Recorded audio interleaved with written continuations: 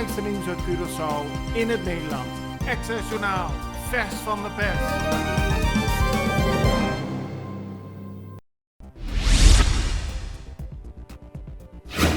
Voor het eerst zijn gisteren op Curaçao coronaboetes uitgedeeld. Helroom restaurant op de Leliënberg werd gesloten toen bleek dat er alcohol werd geschonken aan de klanten. En er was een jonge man die gisteravond een stopteken van de politie negeerde rond 11 uur 's avonds op de Santa Rosaweg. Hij reed weg, maar werd uiteindelijk klemgereden door de politie op de Dominico Martina Boulevard. Hij kreeg een boete van 1000 gulden en ook voor het restaurant is een boete van 1000 gulden uitgeschreven. En opnieuw gaat een statenlid opstappen. Het gaat om Yasser El Ayoubi, dat meldt de Extra vandaag. El Ayoubi zou het niet meer eens zijn met de lijn van de gele partij. Eerder gaf hij al aan dat hij niet geïnteresseerd is om volgend jaar op de verkiezingslijst te verschijnen. Nu heeft hij aangegeven op te stappen.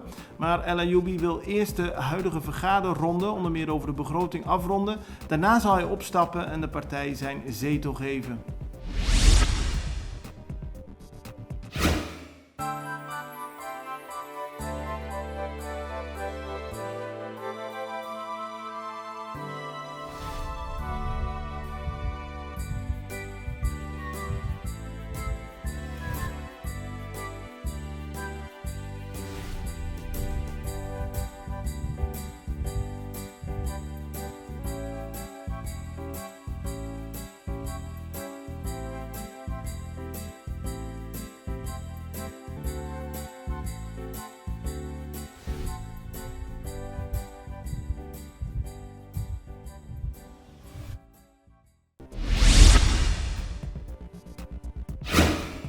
De MCB-prijs van dit jaar gaat naar de epidemiologische dienst onder leiding van Dr. Izzy Gestenbloed.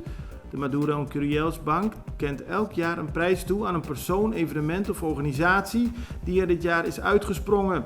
En volgens de bank is dat dit jaar Izzy Gestenbloed. Wie kon bevroeden dat een epidemioloog als een familielid zou worden van ons allemaal vanwege zijn kennis en expertise, zo zegt de bank.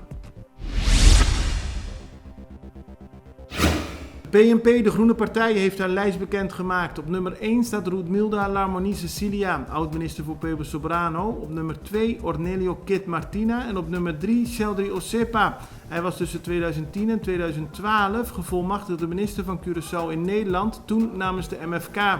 Nummer 4 is Gwendol Mercelina en nummer 5 is Elvin Gerard. Volgens de krant was niet iedereen binnen de partij blij met de nieuwe lijst.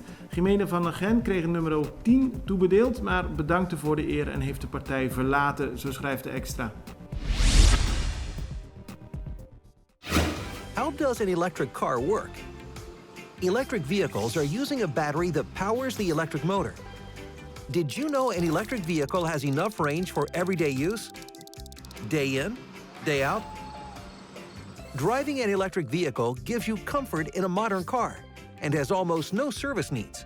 Start driving eco-friendly and emission-free. Electricity is your new fuel.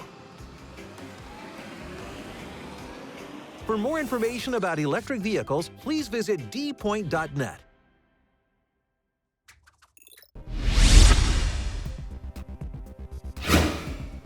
De Curaçaose huisartsenvereniging reageert op berichten in de media over sommige huisartsen die moeilijk bereikbaar zijn. Volgens de Curaçaose huisartsenvereniging is er onderzoek gedaan naar zogenaamde zelfverwijzers. Dat zijn patiënten die zich zonder tussenkomst van de huisarts in het ziekenhuis melden. Volgens de Curaçaose huisartsenvereniging moet daartegen worden opgetreden en artsen die niet beschikbaar zijn voor patiënten moeten individueel worden aangesproken. De Curaçaose minister van Onderwijs, Steven Kroes, was gisteren aan het woord tijdens de parlementsbehandeling van de begrotingen voor 2021. Hij gaf aan dat hij in de eerste periode als minister vooral veel werkbezoeken heeft gebracht. En wat betreft het onderwijs zegt hij dat de coronamaatregelen meer gevolgen hebben dan in eerste instantie werd verwacht. Hij riep daarom op tot eenheid binnen de onderwijssector om op die manier zo goed mogelijk onderwijs te kunnen blijven geven aan de leerlingen. Luchtvaartmaatschappij KLM past vertrektijden van Europese vluchten aan en schrapt de helft van het aantal vluchten naar Curaçao. Dat heeft de luchtvaartmaatschappij laten weten. KLM doet dit om de drukte op de luchthaven op bepaalde momenten te verminderen en omdat er minder vraag is naar tickets sinds deze week vanuit Nederland een oranje reisadvies voor de hele wereld geldt.